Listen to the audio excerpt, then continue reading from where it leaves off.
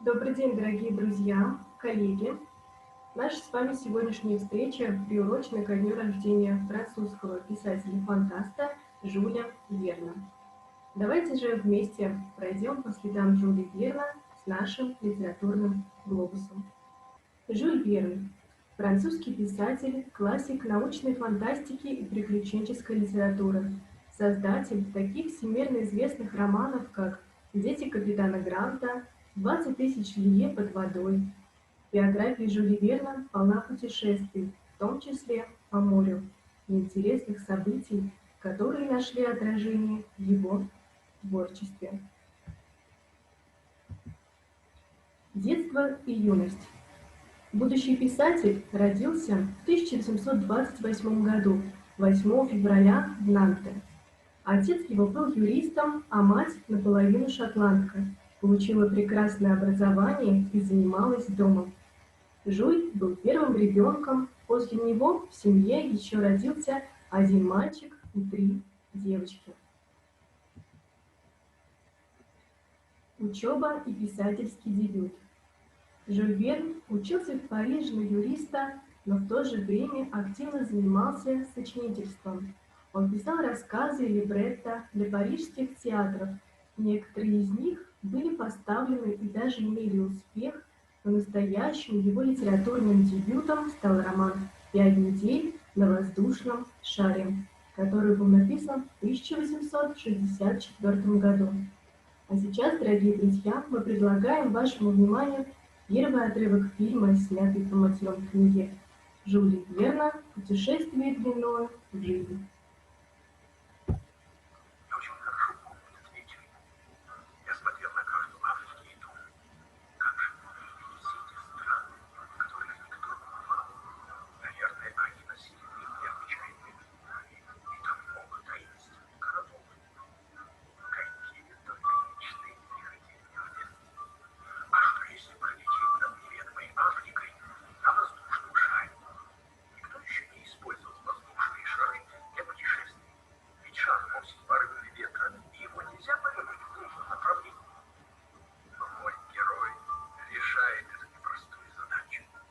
Теперь не нужно было сбрасывать балласт для подъема и выпускать газ для спуска.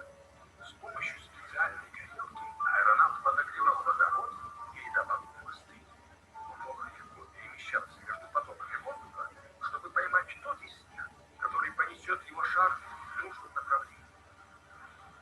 Пережив невероятные приключения и преодолев немыслимые опасности, мои герои добираются на своем шаре до безопасной земли, и хотя шар сдувается, им удается спастись и исследовать таинственную Африку. Так и возникла идея для моей первой книги, которая так и называлась «Пять недель на воздушном шаре». Он написал ее лишь 25 лет спустя.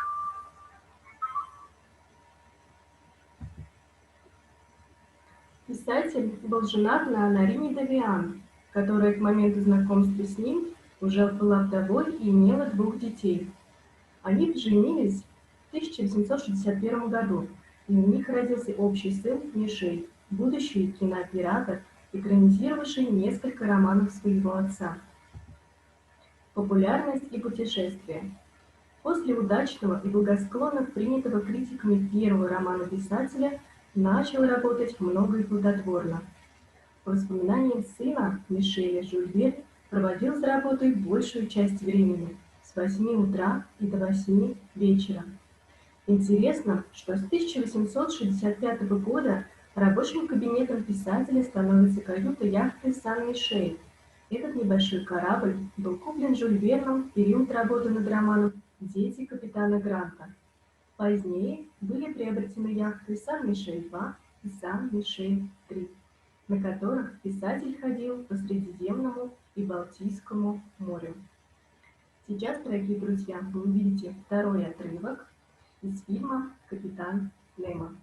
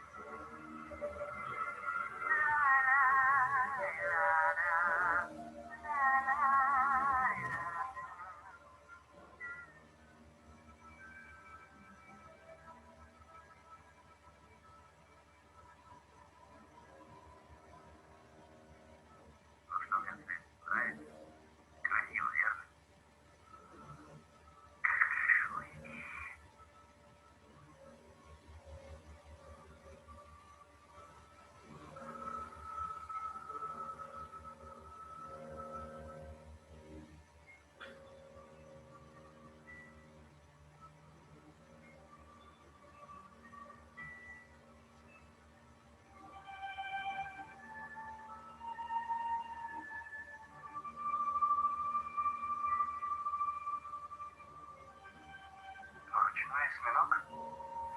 Да, мы приручили нескольких трудов. Это у вас так вроде. Эти матросы. Почему у них такие странные костюмы? Это наши разведчики. У них легкие водолазные костюмы. Как во время пребывания под водой.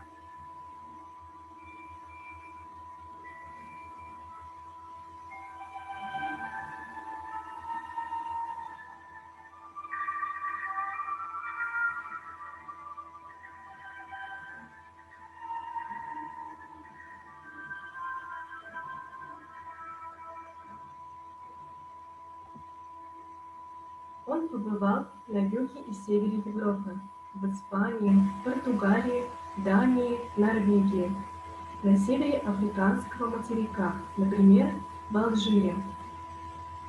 Мечтал доплыть до Санкт-Петербурга, но этому помешал сильный шторм, разразившийся на Балтике.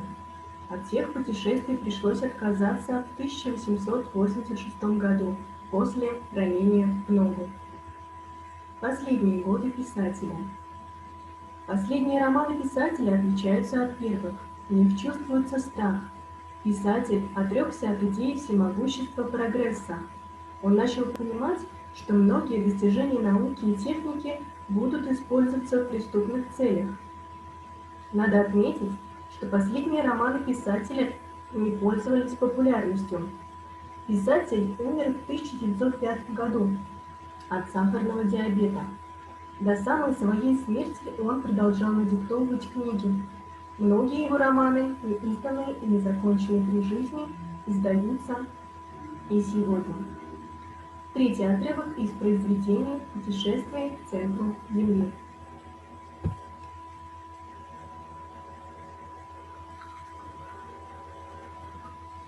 Я спускался по лестнице.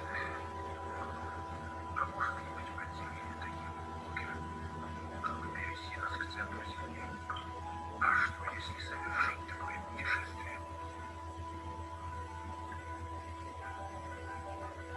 Мои герои спустились на глубину, превышающую 600 миль, чтобы совершить невероятное открытие. Оказалось, что под землей есть огромные пустоты, бесконечные тоннели и пещеры размером равные целому континенту. Что в них могло быть? Невероятные минералы, водные реки, полные лавы. А может быть, там сохранились формы жизни, которые исчезли с поверхности нашей планеты. Возможно, что там нашли себе приют гигантские ящеры и ископаемые растения.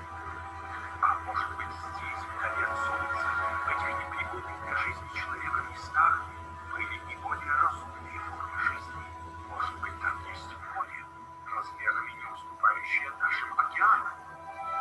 Я решил не ограничивать свою фантазию и описать то, что, возможно, никто, кроме меня, не смог бы представить.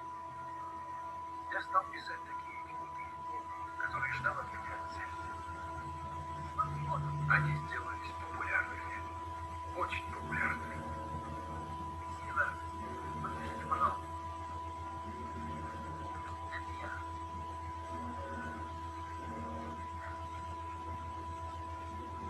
Подождите, пожалуйста.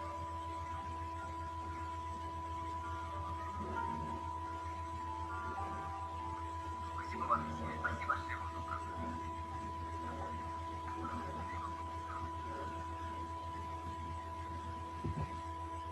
Интересные факты из жизни писателя. За 78 лет жизни Жюлем Верном было написано около 150 произведений, в том числе документальных и научных работ, только романов 66, из которых некоторые не окончены. Правнук писателя Жан Верн, известный оперный тенор, сумел отыскать роман «Париж XX века». Роман был написан в 1863 году, а опубликован в 1994, который считался семейной легендой и в существовании которого никто не верил. Именно в этом романе были описаны автомобили, электрический стул и факс. Жюль Верн был великим предсказателем. Он написал в своих романах о самолете, вертолете, видеосвязи, телевидения, о Транссибирской магистрали, о тоннеле под Ла-Маншем, об освоении космоса. Он практически точно указал расположение космодрома на мысе Канаверал.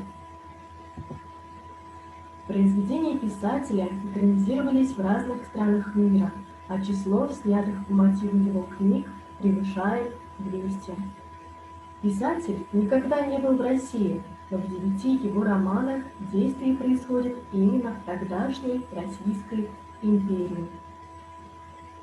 А сейчас, уважаемые участники и коллеги, мы передаем слово Псковскому государственному университету. Bonjour à toutes et à tous.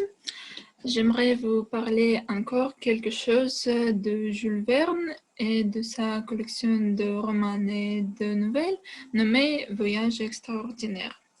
Jules Verne est considéré comme le père français de la science-fiction. Voilà. Il est né à Nantes le 8 février 1828. Son père, Pierre Verne, est avoué et sa mère, Sophie Allotte de la Foix, est issue d'une famille d'armateurs nantais. C'est l'aîné d'une famille de 5 enfants. Voilà.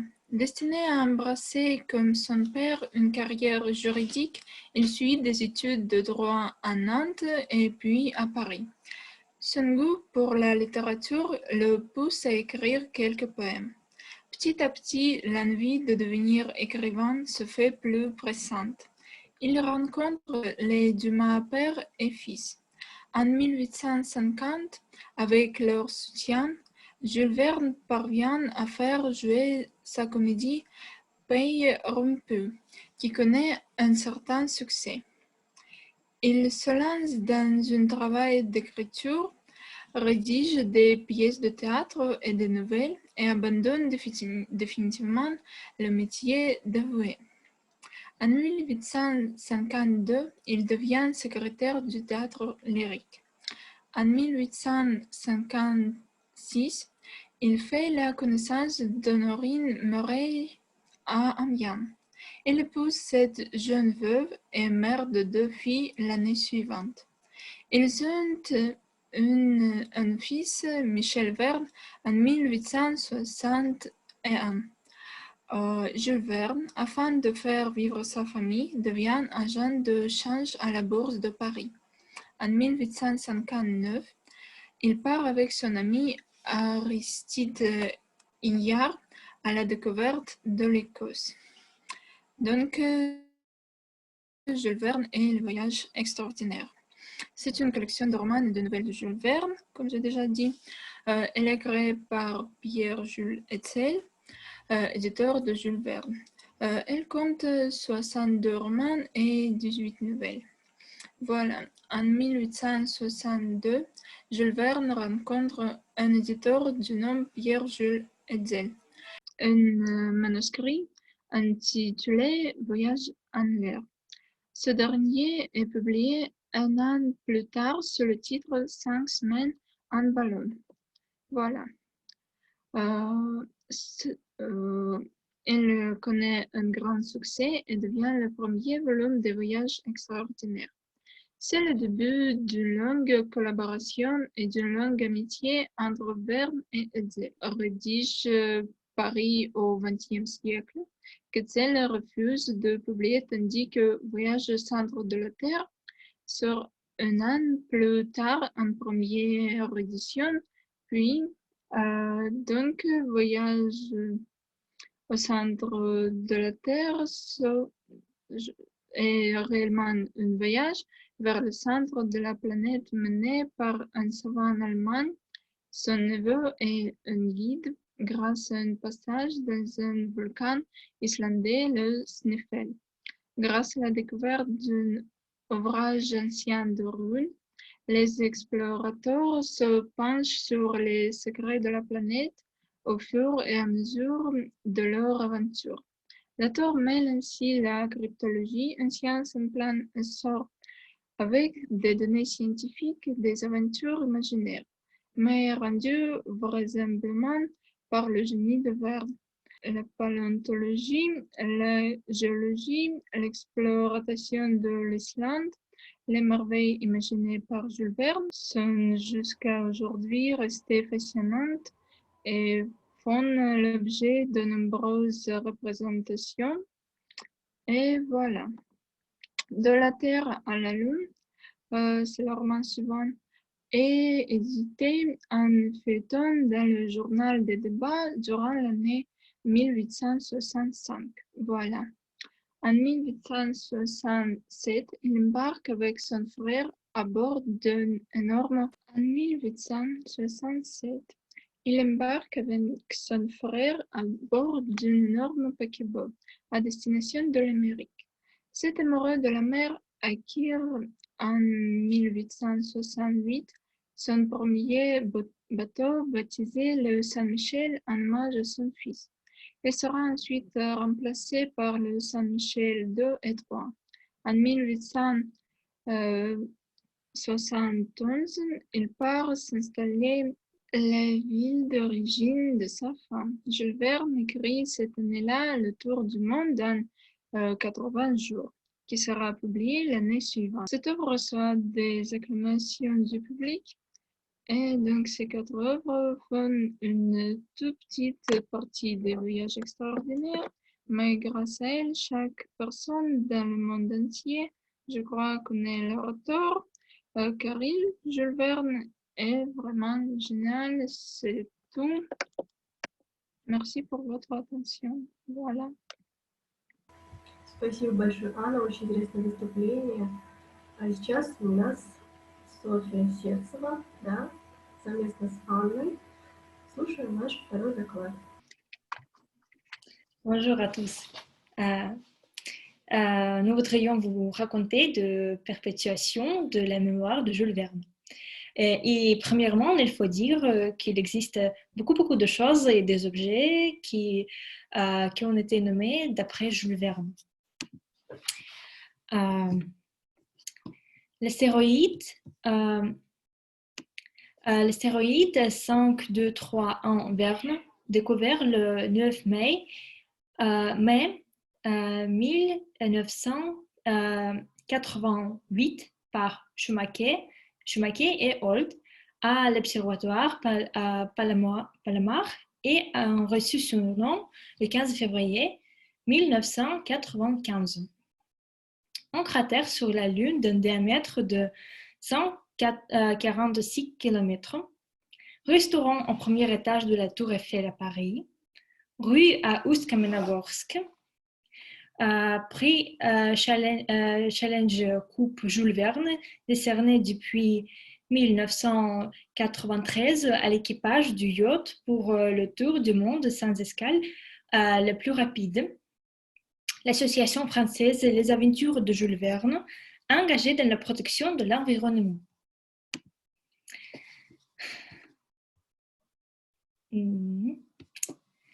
La monnaie française a déduit à plusieurs reprises de pièces à la mémoire de l'écrivain.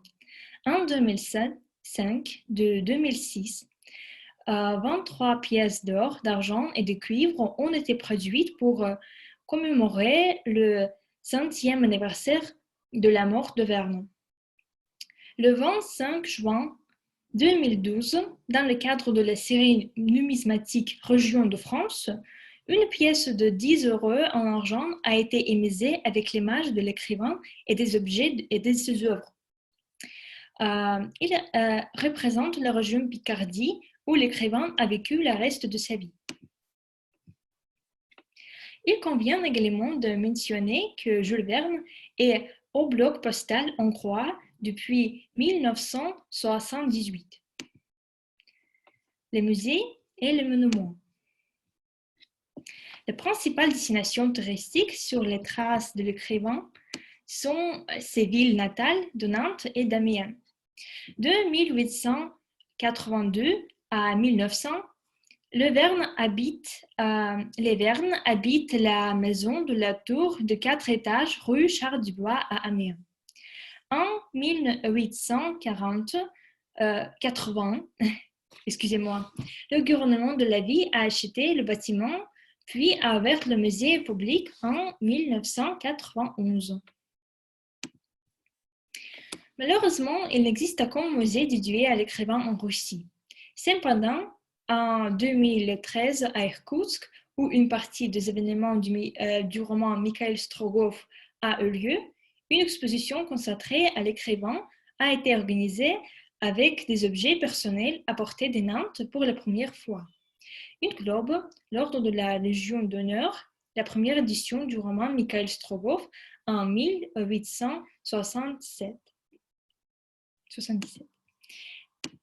Et en 2015, le premier monument russe à Jules Verne par le sculpteur kazan Vanil Valulin a été érigé à Nijni Novgorod. Le monument est une figure grandeur nature de l'écrivain debout dans un panier de ballons. Et c'est tout. Merci pour votre attention. Коллеги, ну что ж, уважаемые участники, нашу встречу мы бы хотели завершить цитатой Жюля Верна. Если читатель может догадаться, как кончится книга, то ее не стоило и писать. А мы, в свою очередь, желаем вам читать только правильные, глубокие книги и приглашаем к нам в отдел литературы на иностранных языках и в библиотеку, Национальную библиотеку имени Александра Сергеевича Пушкина Республики Мордовия.